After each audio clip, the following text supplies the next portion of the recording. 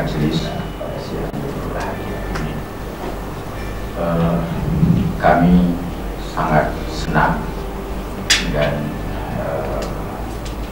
merasa luar biasa dikunjungin teman-teman dari Kabupaten Batu. MPU untuk Majelis Permusyawaratan Ulama itu sebenarnya bukan nama baru untuk konteks keacehen, tapi itu nama pasca kemerdekaan. Pasca kemerdekaan itu ada musyawarah ulama Aceh, dan itu musyawarah yang pertama di Indonesia.